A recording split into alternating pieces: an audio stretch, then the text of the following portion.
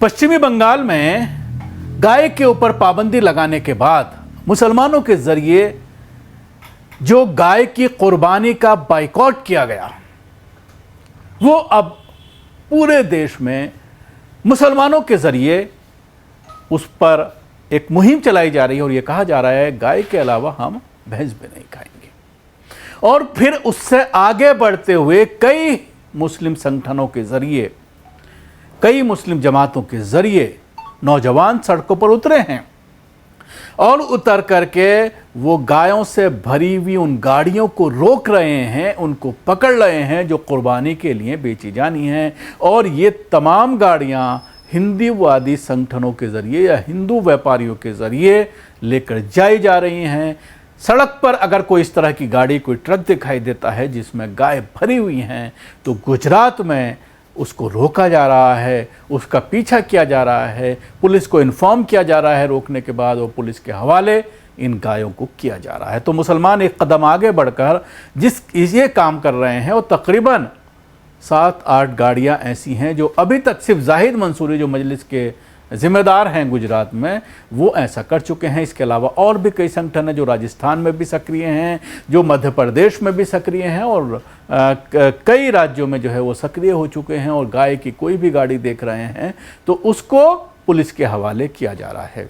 अब मुसलमान के ज़रिए इस तरह की पहल करने पर हिंदूवादी संगठनों को अब लग रहा है कि अब हमारी रोजी रोटी कैसे चलेगी। गाय के नाम पर जिस तरह से मुसलमानों की लिंचिंग की जाती थी, अब वो बंद हो जाएगी, इसलिए परेशान हैं। गौ तस्करी के नाम पर जो ये आतंक मचाते थे वो अब परेशान हैं, क्योंकि पकड़ने के बाद मोटा पैसा लिया जाता था या फिर बॉर्डर क्रॉस करने के लिए एक बड़ा अमाउंट जो है वो व्यापारियों से लिया जाता था, क्योंकि ये पूरा संगठित तरीके से राज्य का बॉर्डर क्रॉस करने के लिए हिंदूवादी संगठनों के ज़रिए बाकायदा कई बड़े संगठन हैं, हिंदूवादी संगठन, जो इसको ऑर्गेनाइज तरीके से अंजाम दे रहे हैं। अब 1-2 मामलों में जिस तरह से मुसलमानों को पकड़कर उनकी मॉब लिंचिंग कर देते थे और फेमस होकर गौ तस्करी में खूब पैसा कमाते थे, इनका इलाज अब गुजरात के कुछ युवा मुस्लिम कर रहे हैं। वो गौ तस्करी होने ही नहीं दे रहे हैं। यही इनका इलाज है गौ आतंकियों का, जो गाय के नाम पर जिस तरह से अपनी दुकानें चला रहे हैं, बड़ा मोटा पैसा कमा रहे हैं। क्योंकि अक्सर ये देखने में आता है जो इस तरह के संगठनों से जुड़ता है वो कुछ ही महीनों में जो है वो फॉर्च्यूनर निकाल लेता है या और कोई बड़ी गाड़ी निकाल लेता है और खूब अय्याशी करने लगता है। उसके लाइफ स्टाइल पूरी तरह से बदल जाता है। वो शख्स जो 500 रुपये के लिए परेशान रहता था, शाम को पौवा पीने के लिए और बाइक में पेट्रोल डलवाने के लिए जो परेशान रहता था, उसके पास लाखों रुपये अचानक से आ जाते हैं, क्योंकि इसमें गाय के नाम पर खूब एक्सटॉर्शन किया जाता है। किसी को भी पकड़ करके पिटाई करते हैं और उससे पैसा लेकर के या उससे छीन करके उसको भगा दिया जाता है।